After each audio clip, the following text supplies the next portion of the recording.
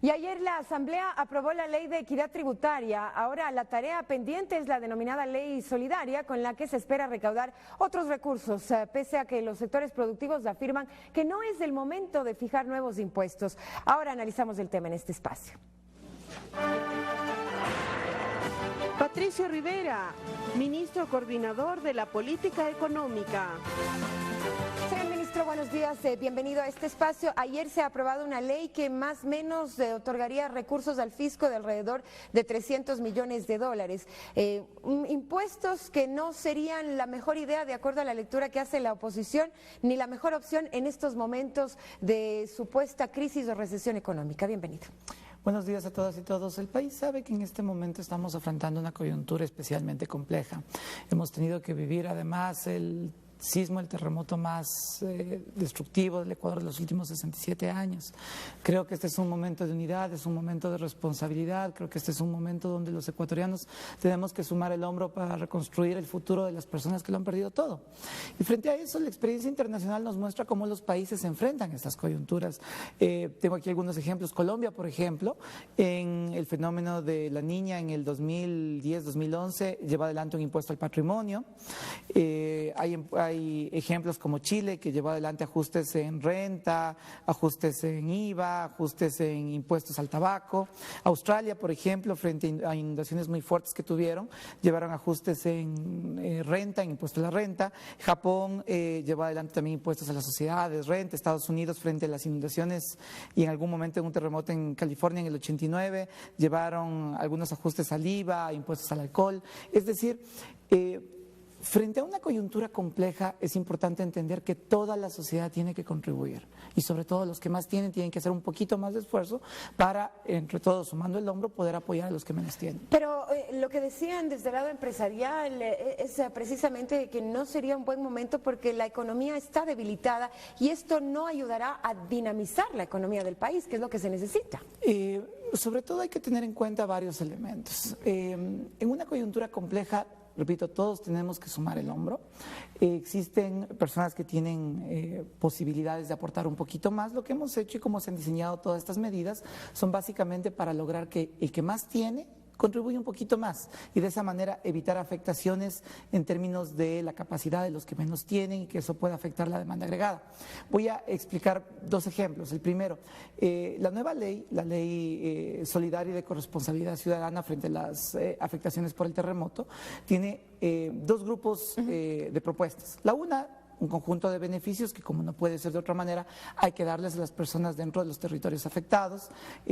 Básicamente no se va a cobrar RICE, beneficiando a más o menos unas 70.000 microempresas, no se va a cobrar impuesto a la renta del año 2015, que se paga en el 2016, o que debía pagarse en el 2016, se va a establecer un mecanismo de remisión para las personas que tenían algunos atrasos con el SRI, y claro, además quienes pagaron, quienes ya por alguna razón pagaron antes del sismo, se les va a devolver esos recursos. Pero de igual manera se está estableciendo un conjunto de contribuciones para ayudar a los que han sido afectados por este sismo. Un ejemplo: de manera temporal, por hasta 12 meses, se va a subir 2 puntos adicionales al IVA. Pero, ministro, ahí, en el tema del IVA, lo que se dice es que esta es una medida que afecta a todos, no a quienes más tienen versus a quienes menos tienen. A ver, varias cosas. Primero, el 90% de la canasta básica no paga IVA. ¿Qué quiere decir eso? Que para una persona que tiene menos ingresos, que tiene un mayor porcentaje de sus gastos dentro de la canasta básica, va a verse menos afectado. Voy a poner un ejemplo súper sencillo. Supongamos una persona que tiene unos ingresos de $360. Una persona que tiene ingresos de $360, el 90% de esos gastos en promedio no pagarían IVA porque se enfoca básicamente en la canasta básica. ¿Qué quiere decir esto? Que sobre los $36 va a tener alguna contribución de IVA. Aproximadamente una persona en promedio que tiene un ingreso de $360 pagaría un poquito más de unos 70 centavos por IVA al mes adicional como resultado de esta medida. Pongamos otro ejemplo: una persona que compra algo que paga IVA, ya digamos una clase media, media alta, que compra algo que cuesta, que tiene IVA, $110, digamos, compró unas prendas de vestir, lo que fuera. Estos $110 implican que por impuesto al valor agregado esta persona estaría contribuyendo 2,20 adicional. $2,20. Nosotros creemos que este es un momento donde todos tenemos que dar un poquito más en favor de los que menos tienen. Todas estas decisiones de política pública son decisiones que son o bien temporales, como el caso del IVA, o de una sola vez, como el resto de decisiones. Ministro, se dice, y por ahí escuché algún comentario, de que esto ya se lo tenía analizado desde antes de que surja esta contingencia tan grave que estamos afrontando. Me parece que en un momento tan complejo lo que tiene que hacer el país es manejar con responsabilidad lo que se comunica.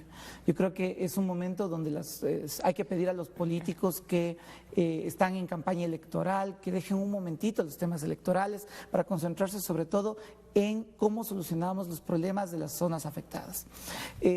Aquí se han tomado algunas decisiones de política pública que son importantes. Por ejemplo, estamos pidiendo la contribución de un día de sueldo para las personas que ganan más de $1,000. Las que ganan menos de 1,000 no tienen ninguna obligación de hacerlo.